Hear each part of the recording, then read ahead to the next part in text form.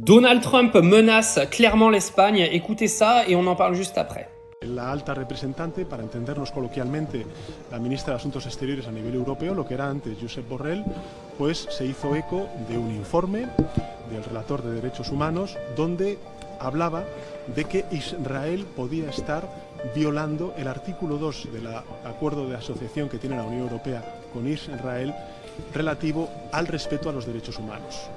Creo que es más que evidente que Israel está violando ese artículo 2 y por tanto lo que defenderé hoy en el Consejo Europeo es que Europa tiene que suspender el acuerdo de asociación con Israel y tiene que hacerlo inmediatamente, porque lo que no tiene ningún sentido es que llevemos 18 paquetes de sanciones a Rusia por su agresión a Ucrania y Europa, en un doble estándar, no sea capaz ni de suspender un acuerdo de asociación cuando se está violando flagrantemente el artículo 2 de respeto a los derechos humanos por parte, en este caso, de Israel. Alors là, c'est quand même extrêmement grave parce que Donald Trump est en train de prendre le contrôle total de la planète. C'est-à-dire que maintenant, si vous n'obéissez pas aux desiderata de Donald Trump, il menace vos pays et veut vous le faire payer très cher. Donc on est clairement rentré dans une dictature mondiale menée par le président américain.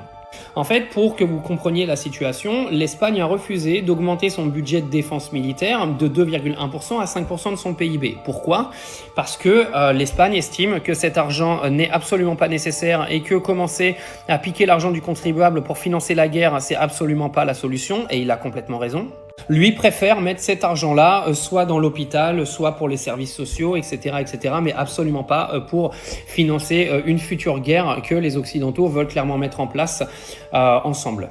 Alors aujourd'hui, le Premier ministre espagnol est clairement le mec qui maîtrise le mieux la situation, qui a refusé d'avoir sa langue collée à l'anus de Donald Trump, et Donald Trump l'a menacé en lui disant que si l'Espagne n'obéissait pas, l'Espagne allait le payer très cher économiquement parce que les États-Unis vont leur faire payer très cher. Ce sont des menaces ouvertes, c'est-à-dire qu'arrivé un moment, ça commence à bien faire le chantage des Américains sur tous les pays du monde.